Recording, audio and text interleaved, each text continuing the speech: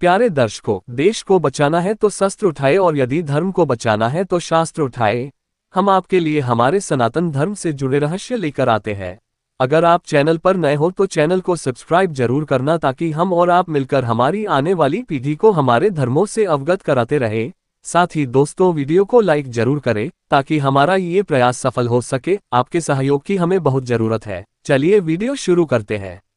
पांडव धरती पर देवताओं के अंश के रूप में अवतरित हुए थे, जिनमें इंद्र से लेकर चंद्रमा तक के अंश विद्यमान थे।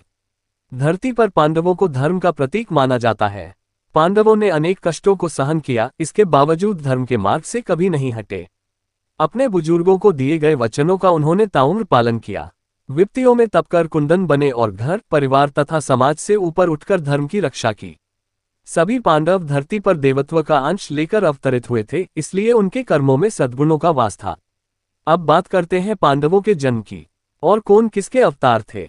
अर्जुन, इनके धर्मपिता पांडु थे, लेकिन असल में वे इंद्र और कुंती के पुत्र थे। देवराज इंद्र ने अर्जुन को बचाने के लिए कर्ण के कवच और कुंडल उनसे छल द्वारा छीन लिए थे।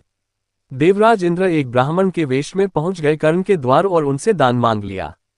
भीम को पवन पुत्र कहा जाता है। हनुमान जी भी पवन पुत्र ही थे। कहते हैं कि भीम में 10,000 हाथियों का बल था।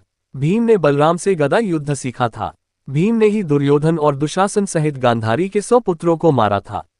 द्रौपदी के अलावा भीम की पत्नी का नाम हिडिंबा था, जिससे भीम का परमवीर पुत्र घटोत्कच पैदा हुआ था।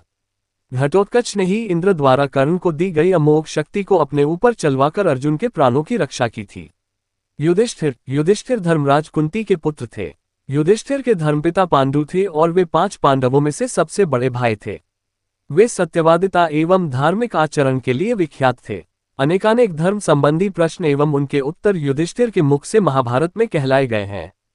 उनके पिता धर्मराज ने यक्ष बनकर सरोवर पर उनकी परीक्षा भी ली थी। द्रौपदी के अलावा उनकी देविका नामक एक और पत्नी थी। द्रौपदी से प्रतिविंध्य और देविका से धौधेय नामक उनके 2 पुत्र थे। ये सशरीर स्वर्गारोहण कर गए थे। नकुल व सहदेव, ये 33 देवताओं में से 2 अश्विनी कुमारों के अंश से उत्पन्न हुए थे। ये 2 अश्विनी कुमार थे नासत्य और दस्त।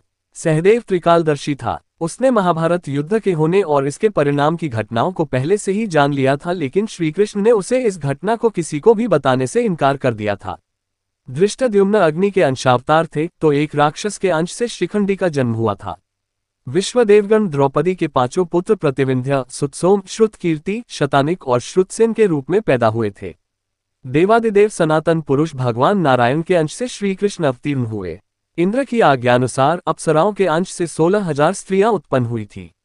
राजा भीष्म की पुत्री रुक्मणी के रूप में लक्ष्मी जी और द्रुपद के यहाँ यज्ञकुंड से द्रौपदी के रूप में इंद्राणी उत्पन्न हुई थी।